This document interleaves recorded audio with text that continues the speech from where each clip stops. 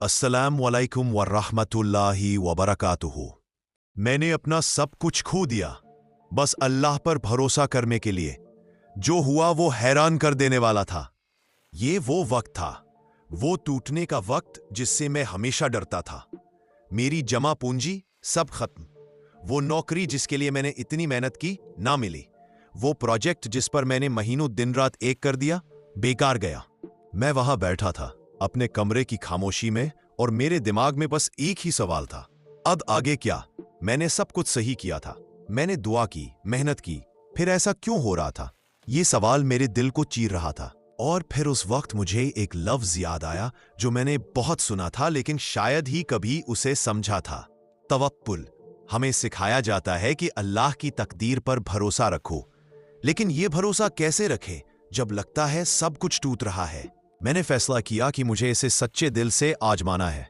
मैंने अपने तवक्कुल को असली इम्तिहान में डालने का फैसला किया, और जो हुआ वो आपको भी हैरान कर देगा। मुझे सबसे पहले ये समझना था कि तवक्कुल आखिर है क्या। ये सिर्फ हाथ पर हाथ धरकर बैठ जाना नहीं है, ये कोशिश छोड़ देना नहीं है।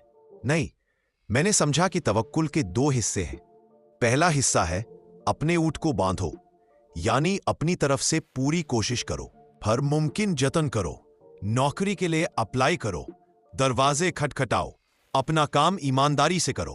और फिर दूसरा सबसे अहम हिस्सा, दिल से यकीन के साथ ये मान लो कि नतीजा चाहे जो भी हो वो अल्लाह की तरफ से है, और क्योंकि वो उसकी मर्जी है वो आपके लिए बेहतर है, भले ही अभी वो बुरा ही क्यों ना लगे, भले ही दर्द दे रहा हो।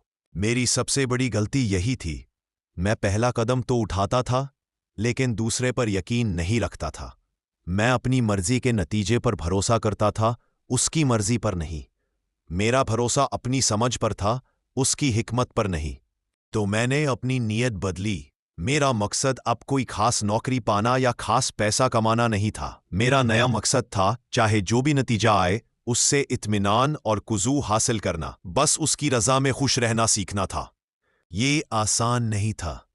बेचैनी दोबारा दिल पर हावी होने की कोशिश करती, लेकिन अब मैं खुद को याद दिलाता, तुमने अपना काम कर दिया, अब उस पर भरोसा रखो, वही सबसे बेहतर मंजूर करने वाला है। मैंने छोटी छोटी चीजों के लिए शुक्रगुजार होने पर ध्यान देना शुरू किया। मेरी सेहत, मेरा घर, खाना। मैंने अपनी ताकत चिंता करने से हटाकर दूसरों की मदद में लगाई, और फिर धीरे धीरे एक बदलाव आना शुरू हुआ। मेरे अंदर डर कम होने लगा, एक अजीब सी सुकून की लहर दिल में उतरने लगी। मैं ठीक था, सच्चे दिल से ठीक था। पहली बार उन लंबे महीनों के बाद मुझे एहसास हुआ कि सुकून नतीजे में नहीं बल्कि इस भरोसे में छुपा होता है कि अल्लाह का फैसला मेरी समझ से बेहतर है। और फिर वो वक्त आया, लेकिन बिल्कुल उस तरह नहीं जैसा मैंने सोचा था। उस छोटे से फ्रीलांस काम की बात याद है जो मैंने सिर्फ व्यस्त रहने के लिए किया था? जिस शख्स की मैंने मदद की थी वो इतना खुश हुआ कि उसने मेरी तारीफ अपने एक दोस्त से की, और वो दोस्त एक नई कंपनी शुरू कर रहा था। उन्हें मेरी पुरानी नौकरी वाले की नहीं बल्कि ठीक उन स्किल्स की जरूरत थी जो मैंने उस फेल प्रोजेक्ट के दौरान सीखी थी। उन्होंने जो ऑफर दिया वो उन सभी रिजेक्ट हुई नौकरियों से कहीं बेहतर था। काम ज्यादा अच्छा था, वक्त बिल्कुल सही था, लेकिन सबसे बड़ी नेमत वो नौकरी नहीं थी।